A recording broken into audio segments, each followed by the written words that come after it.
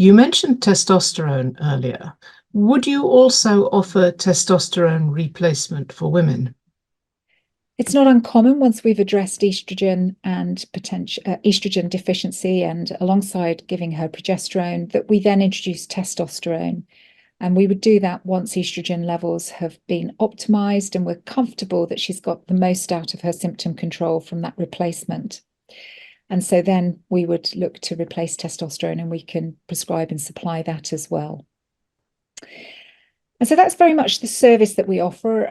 We check in with women 2 weeks after initiation. We check in with women if we're concerned at all, and they know that they can walk in, phone up, or email us for any advice during that process.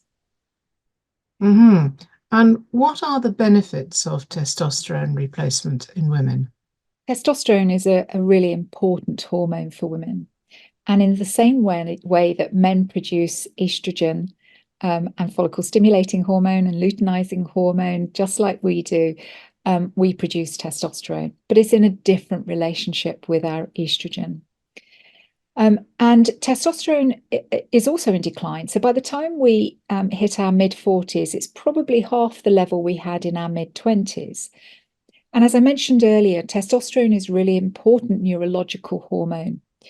So we find that the benefits of replacing testosterone really help with brain fog, cognitive function, motivation, sharpness, confidence, and memory. Can also help with aches and pains, sleep, and of course, libido, which is the only indication really within the NICE guidelines. It's for sexual dysfunction that NICE will allow testosterone be replaced.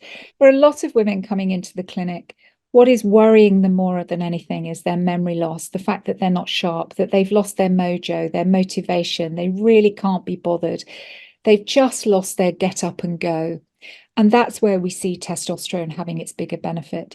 Now, of course, when they feel more like themselves and they feel more confident and just more back like they were, then of course their libido becomes more important to them. But for many of my women, I can honestly say libido isn't their top symptom that they want to address, because they're just feeling so rotten and they just want to feel more like a human being again, just back to how they were.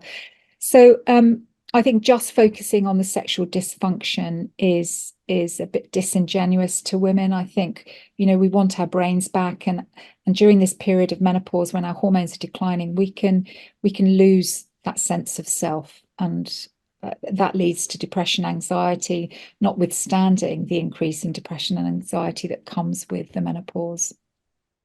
Very interesting. I understand there is no licensed testosterone product in the UK for women. So what do you use?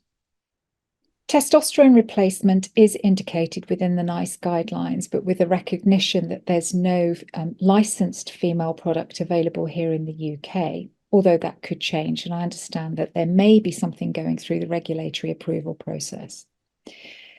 There are a couple of options open to prescribers. One is to prescribe the licensed male product in the UK, but it would be being used off-label for women. The other option is to use a product that's not licensed in the UK, but does have a license for women, and that's in Australia. So we prefer that product because it's been tested for safety and efficacy in women, albeit in Australia, where they seem to be a little bit further ahead in their availability of testosterone.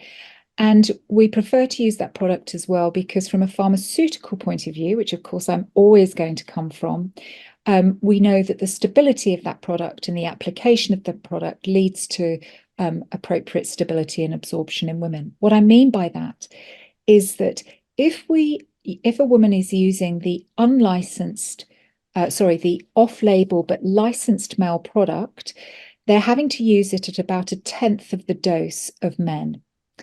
Now, that might be a 2.5 ml sachet that's got to last her between 8 and 10 days.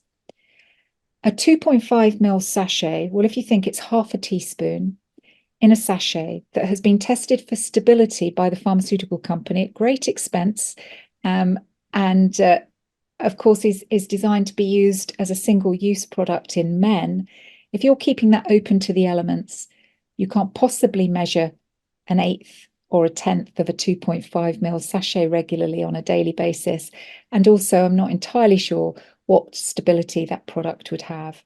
So we really do shy away from prescribing that for those reasons. We believe the most safe and appropriate testosterone supplement for women, albeit not licensed in the UK, does have a license for use in Australia.